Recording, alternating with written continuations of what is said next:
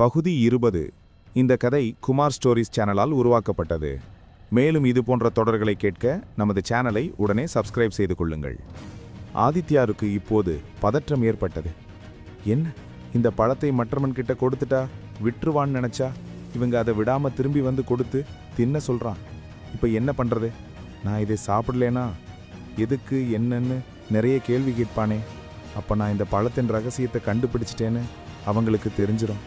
அப்புறம் என்ன நடக்குமோ என்று மனதுக்குள்ளேயே பல விஷயத்தை யோசித்தவன், சரி நான் சாப்பிட்றேன், இப்போதைக்கு உடல்நிலை ஒரு மாதிரியா இருக்கு, இப்போ சாப்பிட்டா வாந்தி வந்துடும், அப்புறமா சாப்பிட்றேன் என்றான். அந்த காவலாளியும், சரி நானும் இங்கே தானே இருக்கேன், நீ பழத்தை சாப்பிடாம என்ன பண்ணுறன்னு பார்க்குறேன் என்பது போல் ஒரு முறை முறைத்துவிட்டு ஒரு ஓரத்தில் அமர்ந்து ஆதித்யாவையே பார்த்தான். எங்கேயாவது ஒளிச்சு வச்சிருந்தா கூட இந்த பிரச்சனை வந்திருக்காத போல இருக்கு. எல்லாரும் முன்னாடியும் அவன்கிட்ட கொடுத்து எல்லாருடைய பார்வையும் என் பக்கம் திருப்பிட்டேனே என்றவன், தக்ஷகரே இப்போ என்ன பண்ணலாம் என்றான். பொறுமையா இரு, எல்லாத்துக்கும் நேரம் வரும் என்றது தக்ஷகன். அப்போது ஆதித்யா, உங்ககிட்ட இருக்கிற சக்தியை வைத்து இந்த பழத்தை எதுவும் பண்ண முடியாதா என்று கேட்க, நான் இப்போ உன் மனதிலிருந்து பேசுவதே யாருக்காவது தெரிஞ்சிருமோ தெரியாதாங்கிற பேசிகிட்டு இருக்கேன். இதில் என்னோட சக்தியை பயன்படுத்தி இந்த பழத்தை நான் ஏதாவது பண்ணுனா என்னோட சக்தி அலைகள் வெளிப்படுவதை வைத்து யாராவது உன்னை கண்டுபிடிக்க வாய்ப்பு இருக்குது. அப்புறம் அது மிகப்பெரிய பிரச்சனையை இழுத்துவிடும். அதனால் கொஞ்ச நேரம் நீ அமைதியாக இரு, என்னதான் நடக்கும் என்று பார்க்கலாம் என்றது. நேரம் ஆக ஆக அப்போது இவர்கள் தங்கியிருக்கும் அந்த பாதாள அறையின் வாயிலில் சில சத்தம் கேட்டது. உடனே ஆதித்யாவை பார்த்து கொண்டிருந்த காவலாளி 2 அடி எடுத்து வைத்து, என்ன நடக்குது என்று அங்கு சென்று பார்க்க போனான். அந்த நேரத்தில் தக்ஷகன், இப்போது நீ அந்த பழத்திலிருந்து சிறிது பழரசத்தை வெளிவரும்படி பிழிந்து அதை மறைத்து எங்கேயாவது வைத்துவிடு என்றது தக்ஷகன். என்ன சொல்ற என்று ஆதித்யா கேட்க, சொல்றதை செய், சாப்பிட்ட மாதிரி பாவனை செய் என்றது தக்ஷகன். ஆதித்யாவும் உடனே அந்த பழத்தை எடுத்து கைகளில் வைத்து அழுத்த அவனது கைகளில் சிறிது சாறுகள் இறங்கியது. ஒரு சிறு தோலை மட்டும் கையில் வைத்தவன் அந்த பழத்தை அப்படியே தன் பின்பக்கம் போட்டு மறைத்து கொண்டான். அதை உண்பது போல் பாவனை செய்தான். வாயிலுக்கு சென்று திரும்பி அந்த காவலன் இவனை பார்க்கும் நேரத்தில் ஆதித்யாவின் கைகளில் சாறு வழிய அவன் சாப்பிடுவது போல் தோன்றியது. பிறகுதான் அந்த காவலாளி ஆதித்யாவின் மீதிருந்து தன் கண்ணை எடுத்தான். அதே நேரம் வாயிலிலிருந்து 4 மனிதர்கள் உள்ளே வருவதை பார்த்து ஆதித்யா ஆச்சரியமாக, தக்ஷகரே, இவங்க யாரு? மனிதர்கள் இங்கு வருவதற்கு வாய்ப்பே இல்லைன்னு சொன்னீங்க, 4 பேர் வருகிறார்கள் என்றான். அதற்கு தக்ஷகன், சற்று பொறுமையாக இரு, உணர்ச்சி வசப்பட்டு எதுவும் பேசிவிடாதே என்று கூடி அவர்களை உற்று கவனித்தது. அதனிடம் இருக்கும் சக்தியை வெளிப்படுத்தக்கூடாது என்பதால் அது ஆதித்யாவின் பார்வையை கொண்டு அவர்களை ஆராய்ந்தது. எனக்கு தெரிந்து இவர்கள் ஏதோ பள்ளி மாணவர்கள் போல் தெரிகிறது. ஏதோ ஒரு விஷயத்திற்காக தான் இங்கு வந்திருக்கிறார்கள், என்னவென்று தெரியவில்லை. இருப்பினும் எப்படி இவர்களுடன் இவர்கள் வருகிறார்கள் என்பது ஆச்சரியமாக இருக்கு என்றது தக்ஷகன். சரி, இவர்களை வைத்து நாம் வெளியேற முயற்சி செய்யலாமா என்று ஆதித்யா கேட்க, பொறுமையாக இரு ஆதித்யா, ஒருவேளை இதுவும் ஒரு சூழ்ச்சியாயிருந்து இங்கிருக்கிற மனிதர்களை பிடிக்க கடாமகனால் செய்யப்பட்ட திட்டமாக கூட இருக்கலாம். அதனால யாரையும் அவ்வளவு சீக்கிரம் நம்பாதே என்றது தக்ஷகன். சரி என்று ஆதித்யா முக்காடு அணிந்த நிலையில் தலைகளை குனிந்தபடி அவர்களை பார்த்து கொண்டிருக்க, ராணிக்கு மட்டும் அந்த இடத்தில் பலமான ஒரு ஈர்ப்பு சக்தி அவளுக்கு மனதில் படுவதை உணர்ந்தாள். இதே சக்திதான் விடுதியின் வாயிலில் அவளுக்கு வந்ததை உணர்ந்தவள், எங்கிருந்துதான் அந்த சக்தி எனக்கு வருது? என்னால் அதை உணர முடியுது. யார் அது? இதற்காக இந்த மாதிரி சக்தியை அனுப்புது என்று எண்ணிக்கொண்டே அங்கு சுற்றும் பார்த்தாள். ஆனாலும் அந்த சக்தியின் மூலம் எங்கிருந்து வருகிறது என்பதை அவளால் சரியாக கண்டுபிடிக்கவில்லை. அவள் பார்க்கும் இடத்தில் நிறைய மனிதர்கள் அமர்ந்திருந்தார்கள். ஆதித்யா அருகில் ராணி வந்தாள். அப்போது ராணியின் அருகில் வந்த அவளது நண்பன், ராணி, அடுத்து எங்க போகணும் என்றான். இவங்க கூடையே இன்னைக்கு இங்கே தான் தங்கணும் என்றாள் ராணி. இவ என்ன சொல்ற என்று அறிந்தவன், நம்ம அழகா தங்கும் விடுதியில தங்கிட்டு காலையில வரலான்னு சொன்னதுக்கு வேலை இருக்கு, நம்ம வந்த பணியை செஞ்சு முடிக்கணும்னு சொல்லி இங்கே அழைச்சிட்டு வந்து இங்கே தங்க சொல்ற என்றான். அதற்கு ராணி, நம்ம அங்க தனியா தங்கி உறங்குறத விட இங்கே இவர்கள் கூட பழகி இங்கே இருக்கிற சூழ்நிலையை புரிஞ்சுக்கிறது நல்லது. அது மட்டும் இல்லாம நம்ம எதை தேடி வந்தோமோ அது எங்கே இருக்குன்னு தெரிஞ்சுக்கலாம். நீங்க எல்லார்கிட்டையும் கொஞ்சம் பேச்சு கொடுத்து தகவலை சேகரிங்க என்றாள் ராணி. சரி என்று கூறிய அனைவரும் ஆங்காங்கே செல்ல, அந்த பொம்மையை தூக்கி வந்த இளைஞன் மனித உருவம் போல் கொண்ட பொம்மையை ஒரு இடத்தில் அமர வைத்துவிட்டு அவனும் அதன் அருகில் அமர்ந்து கொண்டான். மற்ற மூவரும் அங்கிருந்த நபர்கள் அருகில் சென்று பேசத் தொடங்கினர். ராணி மட்டும் நேராக ஆதித்யா இருக்கும் திசையை நோக்கி வந்தாள். அவள் தனக்கு கிடைத்த சக்தியின் அதிர்வலை எந்த திசையிலிருந்து வருகிறது என்று உணர்ந்து அதை நோக்கி வந்தாள்.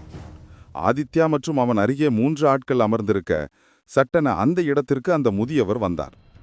இதை சற்றும் எதிர்பார்க்காத ராணியும் திடுக்கிட்டு நின்றவர், யார் அது குறுக்க வந்தது என்று குனிந்து பார்க்க அந்த முதியவர், யாருமா நீ, என்ன இங்க வந்திருக்கீங்க, என்ன விஷயம் என்று விசாரிக்க ஆரம்பித்தார். அதற்கு அந்த மிருக முதியவரை பார்த்த ராணி, ஒண்ணுமில்ல, நாங்க ஒரு கல்லை தேடி இங்க வந்திருக்கோம். அந்த படிக்கக்கல்லை இங்கிருந்து எடுத்துக்கலான்னு உங்களோட தளபதி உத்தரவுல தான் வந்திருக்கோம். அதனால நீங்க எங்களை பார்த்து யாரும் பயப்பட வேண்டியதில்லை என்றாள். அதற்கு அந்த முதியவர், உங்களை பார்த்து நான் பயப்படல, உங்களை பார்த்து நான் பாவம்தான் படுறேன் என்றான். அதற்கு ராணி புருவத்தை உயர்த்தி, என்ன சொல்றீங்க என்று கேட்க, அதற்கு அந்த முதியவர் அங்கிருந்து ஆதித்யாவை நோக்கி சென்று கொண்டே, கூடிய சீக்கிரம் புரிஞ்சுப்பீங்க, ஜாக்கிரதையா இருந்துக்கோங்க என்று கூறிவிட்டு சென்றார். இங்கு உண்மையான நிலை என்னவென்று தெரியும், ஆனால் இந்த அளவிற்கு வெளிப்படையாகவே அனைவருக்கும் தெரியும் அளவிற்கு ஆபத்து இருக்கும் என்று எண்ணவில்லையே என்று யோசித்தவள் அவளுடன் வந்த அனைவரையும் பார்த்தாள். பிறகு ஏதோ யோசித்தவளாக அந்த முதியவர் இருக்கும் திசைக்கு சென்றாள். முதியவர் இப்போது சாதாரணமாக சென்று ஆதித்யாவின் அருகில் ஆதித்யாவுடன் பேச்சை கொடுக்க ஆரம்பித்தார். மூத்தவரே, உங்களுக்கு இங்கு முன்பு ஒரு மனிதன் வந்ததாக கூறினீர்கள், அவரை பற்றி மேலும் கூற முடியுமா என்று ஆதித்யா கேட்க, சிறிது யோசித்தவர், ஆமாம், சில வருடங்களுக்கு முன்பு கிளிஞ்சன் என்ற ஒரு மனிதன் இங்கு வந்து இந்த ஓநாய் மனிதர்களிடம் மாட்டிக்கொண்டான், அவனை பற்றி தான் கேட்கிறாய் என்றார். ஆமாம், அவர் எங்கே இருக்காரு, என்ன ஆச்சுன்னு தெரியுமா என்று ஆதித்யா கேட்க, அதற்கு அந்த மூத்த முதியவர், அவனை அப்போது கடாமகன் அவனோட சிறைச்சாலைக்கு கொண்டு சென்று விட்டான் என்று கேள்விப்பட்டேன், இப்போது அவர் உயிரோடு தான் இருக்காரா என்று ஆதித்யா கேட்க, அதற்கு அந்த முதியவர், அதை பற்றி எனக்கு தெரியாது, அவனை கொண்டு சென்று சில வருடங்கள் ஆகுது, அது மட்டும் இல்லாம அவனுடன் மனைவியும் கொண்டு செல்லப்பட்டார், எந்த விஷயத்திற்காக என்று எனக்கு தெரியவில்லை, ஆனால் அவர்கள் ஏதோ ஒன்றை அறிந்து கொண்டதால் தான் அவர்களை அவன் அழைத்துச் சென்றான் என்பது எனக்கு தெரியும் என்றார். இதை கேட்ட ஆதித்யா, அப்படி என்ன விஷயத்தை தெரிஞ்சிருப்பாங்க என்று யோசித்துக் கொண்டிருக்கும் போது ராணி குறுக்கிட்டு, எதை பத்தி பேசுறீங்க என்றார். ராணி அங்கு நிற்பது ஆதித்யாவுக்கு தெரியாது, ஆனால் ராணி அங்கு நிற்பதை அந்த மூத்த முதியவர் அறிந்திருந்தார். ஏனெனில் அந்த முதியவரை பொறுத்தவரை ராணியும் அவளது குழுவை சேர்ந்த சில பேரும் இன்று இரவே இறந்து விடுவார்கள், அதோடு ஆதித்யாவும் இருக்க வாய்ப்பிருக்கு. அதனால்தான் அவர் அனைத்து விஷயங்களையும் தெளிவாக வெளிப்படையாகவே கூறினார். எப்படியும் இவர்கள் இறந்து விடுவார்கள், ஆகையால் யார் இவரிடம் இந்த விஷயத்தை கூறினார்கள் என்று யாருக்கும் தெரியாது என்று எண்ணிதான் அந்த முதியவர் அனைத்தையும் கூறினார். அதே நேரம் இவர்கள் பேசிக் கொண்டிருக்க 2 தளபதிகள் அங்கு உள்ளே வந்தனர். உள்ளே வந்த தளபதிகள் அங்கிருக்கும் காவலர்களிடம் கண்காட்ட, காவலர்கள் அதை புரிந்து கொண்டு ஒவ்வொருவராக சரி வாங்க என்று அங்கிருந்து விலகிச் சென்றனர். அதை பார்த்த மூத்த முதியவர் சட்டனை எழுந்து அங்கிருந்து நகரத் தொடங்கினார். என்னாச்சு மூத்தவரே, எனக்கு பதில் சொல்லாம நீங்க போறீங்க என்று ராணி கேட்க, இப்போ எனக்கு நேரம் இல்லை, விடு என்று கூறி பதட்டமாக அங்கிருந்து ஓடத் தொடங்கினார்.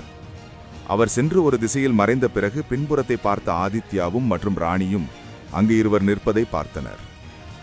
ஆதித்யாவுக்கு யாரோ இருவர் நிற்பதாகவே தெரிந்தது, ஆனால் ராணிக்கு இவர்கள் கடாமகனின் கீழ் வேலை செய்யும் தளபதிகள் என்பது புரிந்தது. இவர்கள் எதற்கு இங்கு வந்திருக்கிறார்கள்? இவர்களை பார்த்து ஏன் முதியவர் ஊடுகிறார்? ஒருவேளை முதியவர் கூறிய நபர்கள் இவர்தானா? இவர்கள்தானா? இவர்கள்தான் இங்கு எங்களை தாக்க வந்திருக்கிறார்களே என்று பல சிந்தனைகள் ஓடியது. அதே நேரம் ஆதித்யா எதையும் கண்டு கொள்ளாமல் கைகளை பிசைந்து கொண்டு அமர்ந்திருக்க, அப்போது தட்சகன், ஆதித்யா, நீ இந்த பெண்ணை விட்டு விலகி இருப்பது நல்லது. ஏன் அப்படி சொல்ற என்று கேட்க, தூரத்தில் வந்திருக்கும் இருவரை பார்த்தால் எனக்கு நன்றாக படவில்லை. அவர்களது கண்களில் கொலைவெறி தெரிகிறது. அவர்களது பார்வை இந்த பெண்ணின் மீதும் மற்றும் இவளுடன் வந்தவர்கள் மீதும் தான் இருக்கிறது. ஒருவேளை இவர்களை கொல்ல அவர்கள் வந்திருப்பார்களோ என்று தோன்றுகிறது என்றது. அதை கேட்ட ஆதித்யா, எப்படி? அவங்க தானே உள்ள அனுப்புனாங்க, அப்படி இருக்கிறப்ப அவர்களை எப்படி கொல்ல முடியும் என்று ஆதித்யா கேட்க, ஒருவேளை அவங்க இங்க இருக்கிற விஷயத்தை தெரிஞ்சுக்க கூடாது, இல்ல எதையும் அவங்க எடுத்துட்டு போகக்கூடாது அப்படிங்கிற எண்ணத்தில் கூட கடாமகன் இதை பண்ணலாம், அதனால நீ அவங்கள விட்டு தள்ளி இருப்பது தான் நல்லது என்று கூறியது தட்சகன். அதை கேட்டு ஆதித்யா, சரி, இப்போது இவளிடமிருந்து எப்படி தவிப்பது?